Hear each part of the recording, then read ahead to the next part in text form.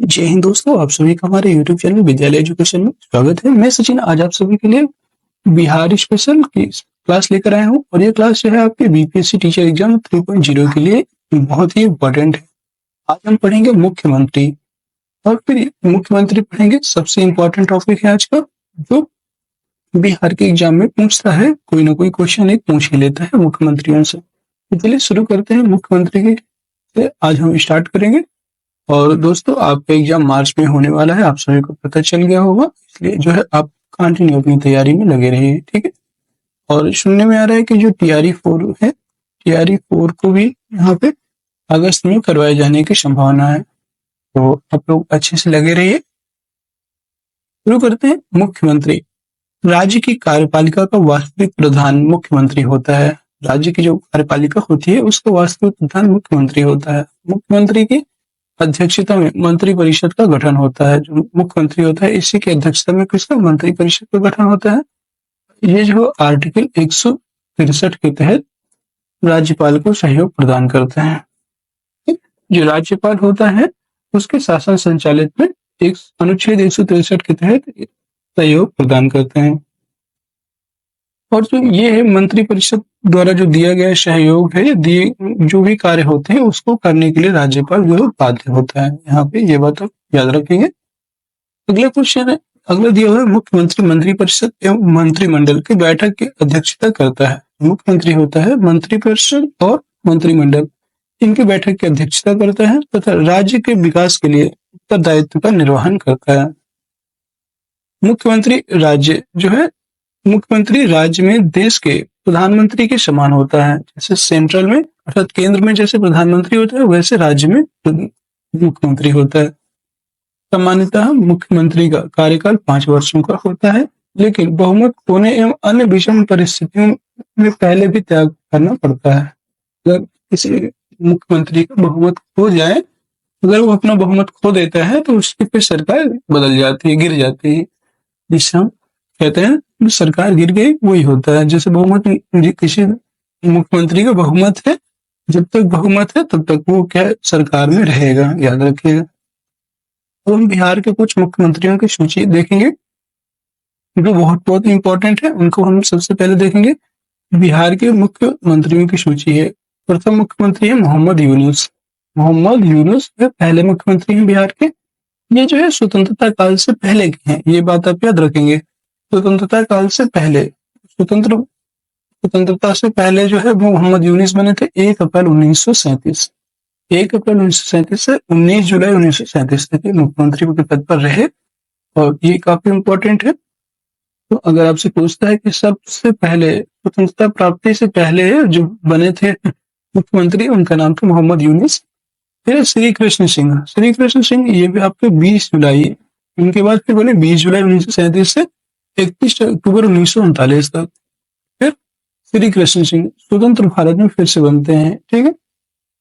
2 अप्रैल 1946 से लेकर के 31 जनवरी 1961 तक। तो ये जो है प्रथम स्वतंत्र भारत के प्रथम बिहार के मुख्यमंत्री माने जाते हैं श्री कृष्ण सिंह। दीप नारायण सिंह, दीप नारायण सिंह कार्यवाहक थे और ये 1 फरवरी 1961 से 18 फरवरी 1961 तक रहे। विनोदानंद झा, विनोदानंद झा की बात करेंगे। ये जो है आपके 18 फरवरी 1961 से लेकर के 2 अक्टूबर 1963 तक। कृष्ण वल्लभ सहाय, कृष्ण वल्लभ सहाय जो थे ये आपके 2 अक्टूबर से लेकर 2 अक्टूबर 1963 से 5 मार्च 1967 तक पद पर रहे, ठीक है। नेक्स्ट है कुछ, ये 7 वो आपके मुख्यमंत्री हैं महामाया प्रसाद सिन्हा। ये आपके 5 मार्च 1967 से 28 जनवरी 1967 तक रहे, ठीक है। अब यहाँ पे 10वां देख लेते हैं, भोला पासवान शास्त्री, काफी इंपॉर्टेंट है। 10वें मुख्यमंत्री थे भोला पासवान शास्त्री, और 22 मार्च 1968 से 29 जून 1968 तक बस रहे, ठीक है। और फिर इन्हीं के बाद राष्ट्रपति शासन लगता है 29 जून 1968 के बाद। फिर यहाँ पर राष्ट्रपति शासन पहली बार लगाया जाता है। अगर आपसे पूछता है कि बिहार में पहली बार राष्ट्रपति शासन कब लगा, ये लगा था आपका 29 जून 1968 तक। 1968 को पहली बार लगा और ये 26 फरवरी 1969 तक चला। फिर इसके बाद जो प्रधानमंत्री 11वें बनते हैं वो है सरदार हरिहर सिंह, और ये 14 फरवरी 1969 से 22 जून 1969 तक पद पर रहे। फिर इसके बाद भोला पासवान शास्त्री दोबारा से दूसरी बार प्रधानमंत्री बनते हैं, और ये 22 जून 1969 से लेकर के 4 जुलाई 1969 तक मुख्यमंत्री के पद पर रहे। फिर दोबारा जो है राष्ट्रपति शासन दूसरी बार लग जाता है, और ये 6 जुलाई 1969 से लेकर के 16 फरवरी 1970 तक चला। ये जो है याद रखिएगा। फिर दरोगा प्रसाद राय दूसरी बार जब प्रधानमंत्री मुख्यमंत्री बनते हैं, इसके बाद फिर दरोगा प्रसाद राय, ये जो है 16 फरवरी 1970 से लेकर के 22 दिसंबर 1970 तक रहे। कर्पूरी ठाकुर ये भी काफी इंपॉर्टेंट है, ठीक है। कर्पूरी ठाकुर की बात करेंगे तो ये जो है 22 दिसंबर 1970 से 2 जून 1971 तक पद पर रहे। फिर भोला पासवान शास्त्री तीसरी बार मुख्यमंत्री बनते हैं, और 2 जून 1971 को 9 से लेकर के 9 जनवरी 1972 तक ये फिर से मुख्यमंत्री के पद पर रहे। और फिर तीसरी बार राष्ट्रपति शासन तीसरी बार लगाया गया। जितनी बार जो है 3 बार भोला पासवान शास्त्री के बाद ही देखिएगा, पहली बार भोला पासवान शास्त्री के बाद लगा, दूसरी बार भोला पासवान शास्त्री के बाद लगा, और तीसरी बार भी भोला पासवान शास्त्री के बाद लगा राष्ट्रपति शासन, ये आप याद रखेंगे। फिर आपके जो तीसरी बार राष्ट्रपति शासन इस वक्त केदार पांडे आते हैं, और ये 19 मार्च 1972 से लेकर के 2 जुलाई 1973 तक मुख्यमंत्री के पद पर रहे। अब्दुल गफूर ये आपके 2 जुलाई 1973 से 11 अप्रैल 1975 तक रहे। फिर आपके जगन्नाथ मिश्रा, जगन्नाथ मिश्रा की बात करेंगे, ये काफी इंपॉर्टेंट है, और ये 11 अप्रैल 1975 से लेकर के 13 अप्रैल 1977 तक लगभग 2 साल तक ये शासन में रहे। इसके बाद फिर राष्ट्रपति शासन चौथी बार लगा, ठीक है। और ये 30 अप्रैल 1977 से 24 जून 1977 तक चौथी बार इसमें जो है राष्ट्रपति शासन रहा। फिर 19वें क्रम के हैं कर्पूरी ठाकुर, दूसरी बार बनते हैं। दूसरी बार जो है कर्पूरी ठाकुर बने, 19वें क्रम है इनका, और 24 जून 1977 से लेकर के 21 अप्रैल 1989 तक जो है ये बिहार के मुख्यमंत्री रहे। फिर है आपको राम सुंदर दास, राम सुंदर दास जो है 21 अप्रैल 1989 से 17 फरवरी 1980 तक मुख्यमंत्री के पद पर रहे। फिर इनके बाद लगता है राष्ट्रपति शासन, 5वीं बार लग गया राष्ट्रपति शासन, 17 फरवरी 1980 से 8 जून 1980 को 5वीं बार राष्ट्रपति शासन लगता है। फिर 5वीं बार जब राष्ट्रपति शासन लगा, इसके बाद बनते हैं जगन्नाथ मिश्रा, दूसरी बार मुख्यमंत्री बनते हैं। 8 जून 1980 से लेकर के 14 अगस्त 1983 तक ये पद पर रहे। चंद्रशेखर सिंह, बिंदेश्वरी दुबे, भागवत झा आचार्य, सत्येंद्र नारायण सिन्हा, जगन्नाथ मिश्रा यहाँ पर तीसरी बार मुख्यमंत्री बने। फिर लालू प्रसाद यादव, ये क्रम बहुत आपको याद रखना है, 27वां क्रम। लालू प्रसाद यादव जो है आपके 27वें क्रम के मुख्यमंत्री थे, और ये 10 मार्च 1990 से 28 मार्च 1995 तक शासन में रहे, ठीक है। 10 मार्च 1990 से 28 मार्च 1995 तक रहे। फिर इनके बाद राष्ट्रपति शासन 6ठी बार लगता है, 28 मार्च 1995 से 4 अप्रैल 1995 तक के लिए जो है यहाँ पर लगभग 6 से एक हफ्ते के लिए यहाँ पर राष्ट्रपति शासन लगा, 6वीं बार, याद रखिएगा। फिर लालू प्रसाद यादव फिर दूसरी बार बने, और ये 4 अप्रैल 1995 से 25 जुलाई 1997 तक मुख्यमंत्री के पद पर रहे। फिर इसके बाद 29वीं बार बनी, 27 और 28 दोनों क्रम लालू प्रसाद यादव का है। इसके बाद राबड़ी देवी 29 नंबर में है, राबड़ी देवी ये जो है 25 जुलाई 1997 से लेकर के 11 फरवरी 1999 तक रहे। फिर राष्ट्रपति शासन 7वीं बार लगा, ठीक है, और 11 फरवरी 1999 से 9 मार्च 1999 तक राष्ट्रपति शासन लागू रहा।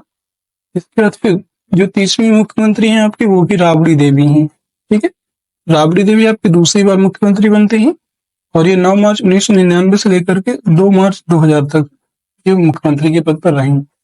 इसके बाद फिर नीतीश कुमार बनते हैं। अब नीतीश कुमार भी यहाँ पर बहुत इंपॉर्टेंट है। पहली बार नीतीश कुमार कब मुख्यमंत्री पद पर बनते हैं, वो है आपके 3 मार्च 2000 से लेकर के 10 मार्च 2000 तक, 3 मार्च से 10 मार्च 2000 तक लगभग आपके एक हफ्ते के लिए ही बने थे। फिर 32 नंबर की ये राबड़ी देवी तीसरी बार मुख्यमंत्री बनती हैं, और 11 मार्च 2000 से 6 मार्च 2005 तक मुख्यमंत्री के पद पर रहेंगे।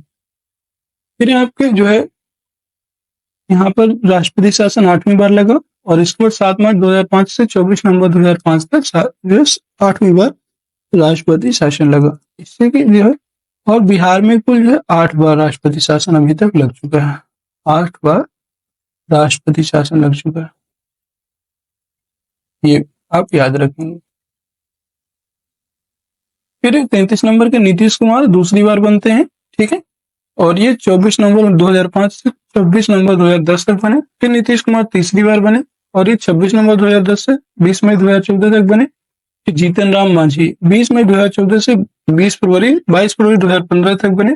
फिर नीतीश कुमार चौथी बार, नीतीश कुमार पांचवी बार, नीतीश कुमार छठी बार, नीतीश कुमार सातवीं बार, नीतीश कुमार आठवीं बार। मतलब लगातार फिर जो है बनते रहे ये नीतीश कुमार ही। आप देख सकते हैं लगभग 2014 से यहाँ पर लगभग 2005 से ही ये जो है शासन पर है, याद रख सकते हैं।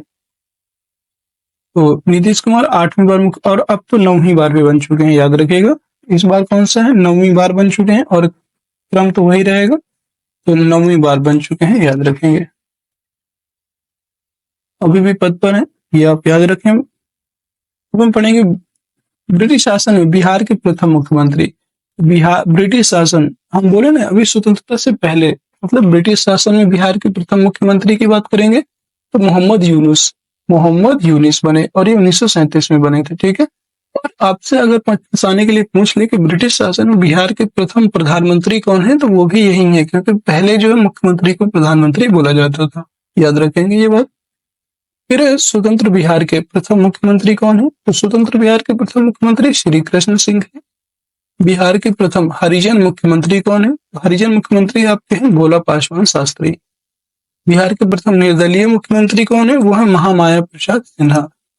फिर बिहार के प्रथम मुस्लिम मुख्यमंत्री वो थे आपके अब्दुल गफूर, और बिहार की प्रथम महिला मुख्यमंत्री श्रीमती राबड़ी देवी, ठीक है। आपके इम्पोर्टेंट है, पहली महिला राबड़ी देवी बनी है और ओनली एक ही महिला अभी तक जो है बिहार के मुख्यमंत्री बन पाई है। फिर अगर बिहार के सर्वाधिक कार्य वाले मुख्यमंत्री आप सभी को पता है, श्री नीतीश कुमार, अभी भी वर्तमान में ये मुख्यमंत्री के पद पर है, ठीक है। 9वीं बार इन्होंने शपथ ले चुके हैं। नेक्स्ट है आपका स्थानीय स्वशासन, लोकल गवर्नमेंट, ठीक है। अब हम पढ़ेंगे स्थानीय स्वशासन। पहला है पंचायती राज व्यवस्था। पंचायती राज व्यवस्था की बात करेंगे तो स्वतंत्रता उपरांत ही 1947 ईस्वी में बिहार में पंचायती राज व्यवस्था के संबंध में अधिनियम बनाया गया। 73वें संविधान संशोधन के बाद बिहार सरकार ने बिहार पंचायती राज अधिनियम 1992 लागू किया। बलवंत राय मेहता की सिफारिश के अनुरूप त्रिस्तरीय व्यवस्था 2001 ईस्वी से कार्यरत हुआ। आपको कल ही बताया था, कल परसों की क्लास में बताया था, जो बीपीएससी की क्लास थी उसमें जो है त्रिस्तरीय व्यवस्था के बारे में बताया था। अगर आपने अभी तक नहीं देखा हो तो जाके देख लीजिएगा। बीपीएससी का घटना चक्र आपके लिए रिवीजन के लिए करवाया जा रहा है, उसमें जो भी अभी हाल ही के इंपॉर्टेंट क्वेश्चन है वो सारे क्वेश्चन करवाए जा रहे हैं जो बीपीएससी के द्वारा पूछे गए हैं, तो जरूर से देखिएगा। नेक्स्ट आपको पंचायती राज व्यवस्था को और अधिक सशक्त बनाने के लिए बिहार पंचायत राज अधिनियम 2006 लागू किया गया। फिर बिहार पंचायत राज अधिनियम 2006 के मुख्य प्रावधान निम्नलिखित हैं। पंचायती राज के 3 स्तर हैं, याद रखिएगा। पंचायती राज के 3 स्तर हैं, सबसे इंपॉर्टेंट ग्राम पंचायत, पंचायत समिति, फिर जिला परिषद। ये जो है 3 स्तर हैं, ग्राम पंचायत, पंचायत समिति और जिला परिषद। महिलाओं के लिए सभी स्तरों पर 50% का आरक्षण होगा। ये बिहार में बहुत अच्छा काम है कि महिलाओं के लिए 50% आरक्षण दे रखा है, ठीक है। पिछड़े वर्ग को सभी स्तरों एवं पदों पर अधिकतम 20% तक आरक्षण होगा। फिर अनुसूचित जाति तथा अनुसूचित जनजाति वर्ग को सभी स्तरों पर जनसंख्या के अनुपात में आरक्षण प्रदान होगा, ठीक है। अनुसूचित जाति, अनुसूचित जनजाति तथा पिछड़े वर्ग का सभी स्तरों एवं पदों पर कुल आरक्षण 50% से अधिक नहीं होगा, ये कहा गया है। याद रखिएगा, अगर कभी आपसे पूछता है कि अनुसूचित जाति, अनुसूचित जनजाति तथा पिछड़े वर्ग के सभी स्तरों पर पदों पर कुल आरक्षण 50% से नहीं होगा, ये बात आप याद रखें। पंचायती राज के निर्वाचित पद धारकों को लोक सेवक का दर्जा प्राप्त होगा। पंचायती राज है, इनके निर्वाचित पद जो धारक है उनको लोक सेवक का दर्जा प्राप्त किया होगा। और पंचायती राज का चुनाव राज्य निर्वाचन आयोग, पंचायती राज का चुनाव जो है राज्य निर्वाचन आयोग के अधीन होता है। फिर बिहार पंचायत राज अधिनियम 2006 के अधीन ग्राम सभा, ग्राम पंचायत, पंचायत समिति एवं जिला परिषद की संरचना एवं विशेषताएं दी हुई हैं। हम सबसे पहले पढ़ेंगे ग्राम सभा। ये पंचायती राज के अधीन है, सबसे बड़ी सभा होती है। सबसे बड़ी सभा जो है पंचायती राज के अधीन ग्राम सभा होती है। ग्राम सभा में गांव के सभी मतदाता सदस्य होते हैं।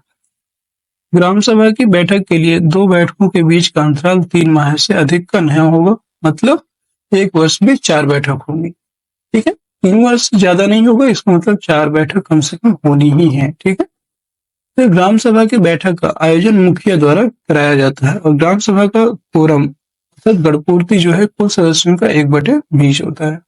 याद रखिएगा, अगर आपसे पूछता है ग्राम सभा का कोरम कितना होता है, ये 1/20 होता है। और इस ग्राम सभा की बैठक कौन कराता है, तो वो ग्राम सभा का मुखिया कराता है। फिर है आपको ग्राम सभा की प्रत्येक बैठक की अध्यक्षता संबद्ध ग्राम पंचायत के मुखिया द्वारा की जाती है तथा उनके अनुपस्थित में उप मुखिया द्वारा की जाती है। ग्राम सभा का मुख्य कार्य विकासात्मक कार्यों में सहयोग करना है, लाभुकों को पहचान करना है, अंशदान देना है, सौहार्द बढ़ाना तथा निगरानी समिति द्वारा कार्यों का पर्यवेक्षण करना। ये ग्राम के मुखिया के प्रमुख कार्य होते हैं। अब हम पढ़ेंगे ग्राम पंचायत। निर्वाचित मुखिया, उप मुखिया एवं वार्ड सदस्यों को मिलाकर 7,000 की जनसंख्या पर एक ग्राम पंचायत का गठन होता है। ग्राम पंचायत का गठन कार्यकाल 5 वर्षों का होता है और ग्राम पंचायत का जो चुनाव है उसके विघटन के 6 माह के अंदर पूरा कर लिया जाएगा। अगर आपकी ग्राम पंचायत विघटित हो जाती है तो जो है उसको 6 महीने के अंदर फिर से पूरा किया जाएगा। मुखिया, इनका चुनाव प्रत्यक्ष मतदान के द्वारा होता है। याद रखिएगा, जो ग्राम पंचायत का मुखिया होता है इसका चुनाव प्रत्यक्ष निर्वाचन द्वारा होता है। उप मुखिया जो है इसका चुनाव वार्ड सदस्यों के बहुमत द्वारा अप्रत्यक्ष चुनाव से होता है और बहुमत बराबर होने की स्थिति में परिणाम लॉटरी द्वारा होता है। ठीक है, फिर वार्ड सदस्य जो वार्ड मेंबर होते हैं, प्रत्येक वार्ड के लिए एक वार्ड का चुनाव प्रत्यक्ष मतदान द्वारा होता है और प्रत्येक 500 की जनसंख्या पर एक वार्ड सदस्य का निर्वाचन भी होता है। नेक्स्ट आपको मुखिया। मुखिया एवं उप मुखिया अपना त्यागपत्र जिला पंचायती राज अधिकारी को स्वयं लिखकर दे सकते हैं। जो मुखिया होते हैं, प्रधान और उप मुखिया, ये जो है अपना त्यागपत्र जिला पंचायत राज अधिकारी को स्वयं लिख करके दे सकता है। फिर वार्ड सदस्य अपना त्यागपत्र स्वयं लिखकर मुखिया को दे सकता है। वार्ड सदस्य भी अपना त्यागपत्र स्वयं लिखकर मुखिया को दे सकता है, जिसके 7 दिन बाद उसका पद रिक्त हो जाएगा। फिर यहाँ पे दिया हुआ है ग्राम पंचायत, जो दिया हुआ है कि ग्राम पंचायत की बैठक के लिए गणपूर्ति जो सदस्य हैं उनकी कुल संख्या की आधी 1/2 होगी। ठीक है, अगला क्वेश्चन दिया हुआ, अगला आपका दिया हुआ है हेडिंग ग्राम कचहरी। प्रत्येक ग्राम पंचायत क्षेत्र में, जो ग्राम पंचायत का आपका क्षेत्र होता है, उसमें न्यायिक कृत्यों के लिए एक ग्राम कचहरी होगी और ग्राम कचहरी का प्रधान सरपंच होता है। जो सरपंच होगा वही ग्राम कचहरी का प्रमुख होता है और जो प्रत्यक्ष मतदान द्वारा निर्वाचित होता है। ग्राम पंचायत के सभी वार्ड से एक पंच सदस्य प्रत्यक्ष मतदान द्वारा निर्वाचित होता है और निर्वाचित पंच सदस्य और सरपंच अपने में से एक उप सरपंच का अप्रत्यक्ष मतदान द्वारा चुनाव करते हैं। और प्रत्येक ग्राम कचहरी की सहायता के लिए भी एक सचिव और एक न्याय मित्र की आवश्यकता नियुक्त किया जाती है। ठीक है, न्याय मित्र की नियुक्ति की जाएगी और एक सचिव की नियुक्ति की जाएगी कचहरी की सहायता के लिए। फिर सरपंच एवं उप सरपंच अपना त्यागपत्र जिला पंचायती राज अधिकारी को स्वलिखित आवेदन देकर कर सकते हैं। फिर ग्राम कचहरी का कोई पंच अपना त्यागपत्र स्वलिखित आवेदन द्वारा सरपंच को देता है। ठीक है, अब हम पढ़ेंगे पंचायत समिति। और दोस्तों, आपको क्लास अगर सही लग रही है, अच्छा कंटेंट मिल रहा है, हमारा पूर्ण उद्देश्य है आपको अच्छे से अच्छा कंटेंट उपलब्ध कराना। ठीक है, जितना अच्छा कंटेंट रहेगा आपको एग्जाम में उतनी ही हेल्प होगी। ये सभी क्वेश्चन यहाँ से पूछे जाते हैं, इसलिए ये करवा रहे हैं। नेक्स्ट आपको पंचायत समिति। प्रखर स्तर पर पंचायत समिति होती है और प्रत्येक 5,000 की जनसंख्या पर एक पंचायत समिति सदस्य का निर्वाचन भी होता है। पंचायत समिति सदस्यों का निर्वाचन प्रत्यक्ष मतदान द्वारा होता है और पंचायत समिति सदस्य निर्वाचन उपरांत अपने सदस्यों में से प्रमुख एवं उप प्रमुख का चुनाव करते हैं। प्रमुख एवं उप प्रमुख का चुनाव पंचायत समिति सदस्यों द्वारा अप्रत्यक्ष मतदान द्वारा किया जाता है। प्रमुख की बात करेंगे, प्रमुख पंचायत समिति की बैठक की अध्यक्षता करते हैं और प्रमुख अपना त्याग पत्र लिखित रूप में अनुमंडल दंडाधिकारी को देता है। उप प्रमुख अपना त्याग पत्र स्वलिखित रूप में प्रमुख को देता है और पंचायत समिति का सदस्य अपना त्याग पत्र स्वलिखित रूप से प्रमुख को देता है। याद रखिएगा, ये जो है कुछ पॉइंट हैं जो आपको पता होने चाहिए। नेक्स्ट दिया हुआ है आपका जिला परिषद। जिला परिषद की बात करेंगे तो जिला स्तर पर जिला परिषद होती है। जो आपका जिला होगा उसके लिए एक जिला परिषद होगी। जिला परिषद ग्राम पंचायतों एवं पंचायत समितियों के लिए नीति निर्धारण एवं मार्गदर्शन का काम करती हैं। ठीक, और जिला परिषद के सदस्य लगभग 50,000 की जनसंख्या पर प्रत्यक्ष मतदान द्वारा चुने जाते हैं। अगला है जिला परिषद के निर्वाचित सदस्य अपने में से एक अध्यक्ष एवं एक उपाध्यक्ष का चुनाव अप्रत्यक्ष मतदान द्वारा करते हैं। अध्यक्ष जो है अपना त्यागपत्र स्वलिखित रूप में जिला दंडाधिकारी को देता है तथा उपाध्यक्ष अपना त्यागपत्र स्वलिखित रूप से अध्यक्ष को देता है। याद रखिएगा, जो जिला उपाध्यक्ष होता है वो अपना स्वलिखित रूप से अध्यक्ष को देता है और अध्यक्ष अपना त्यागपत्र जिला दंडाधिकारी को देते हैं। जिला परिषद सदस्य की बात करेंगे तो ये अपना त्यागपत्र अध्यक्ष को देते हैं। अब यहाँ पे दिया हुआ पंचायती राज के सभी जनप्रतिनिधियों के निर्वाचन एवं त्यागपत्र की विधि कैसी होगी। यहाँ पे जो मुखिया होता है ये आपके जनप्रतिनिधि है। मुखिया जो है ये प्रत्यक्ष निर्वाचन द्वारा इसका चुनाव होता है और ये जिला पंचायती राज अधिकारी को जो है अपना त्यागपत्र देते हैं। उप मुखिया अभी तक जो पढ़े हैं उसी को शॉर्ट में यहाँ पे दिया हुआ है। उप मुखिया अप्रत्यक्ष निर्वाचन द्वारा चुना जाता है और जिला पंचायती राज अधिकारी को अपना त्यागपत्र देता है। वार्ड सदस्य जो वार्ड मेंबर होते हैं ये अपना इनका निर्वाचन जो है प्रत्यक्ष होता है और ये अपना त्यागपत्र मुखिया को देते हैं।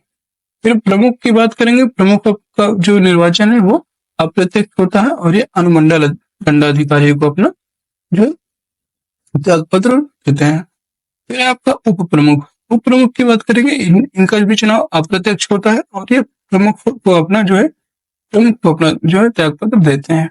फिर पंचायत समिति सदस्य ये जो है प्रत्यक्ष रूप से निर्वाचित होती है और ये प्रमुख को अपना त्यागपत्र देते हैं। जिला परिषद अध्यक्ष ये अप्रत्यक्ष रूप से निर्वाचित होते हैं और ये जिला परिषद के अध्यक्ष जो होते हैं वो जिला दंडाधिकारी को अपना त्यागपत्र सौंपते हैं। फिर जिला परिषद उपाध्यक्ष ये जो है अप्रत्यक्ष होते हैं और ये आपके जिला परिषद अध्यक्ष को अपना त्यागपत्र सौंपते हैं। फिर जिला परिषद सदस्य, जिला परिषद अध्यक्ष, जिला परिषद उपाध्यक्ष और जिला परिषद सदस्य, इन तीनों में थोड़ा डिफरेंस है।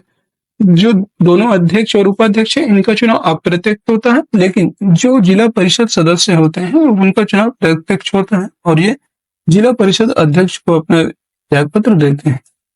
फिर है आपके सरपंच जो है प्रत्यक्ष चुने जाते हैं और ये जिला पंचायती राज अधिकारी को अपना त्यागपत्र सौंपते हैं। उप सरपंच ये आपके अप्रत्यक्ष रूप से चुने जाते हैं और जिला पंचायती राज अधिकारी को अपना त्यागपत्र देते हैं। फिर पंच जो है प्रत्यक्ष चुने जाते हैं और ये सरपंच को अपना त्यागपत्र देते हैं। ठीक है, और दोस्तों आज की क्लास आपकी यहीं पे समाप्त होती है। क्लास आपको कैसी लगी जरूर बताइएगा। अगर क्लास आपको पसंद आती है क्लास को लाइक कर दीजिए, वीडियो को शेयर कर दीजिए और चैनल में नए हैं तो चैनल को सब्सक्राइब अवश्य कर लीजिएगा, जिससे कि आगे आने वाले वीडियोज की नोटिफिकेशन आप सभी को सबसे पहले मिल सके। ठीक है, मिलते हैं नेक्स्ट वीडियो में, तब तक के लिए जय हिंद जय भारत।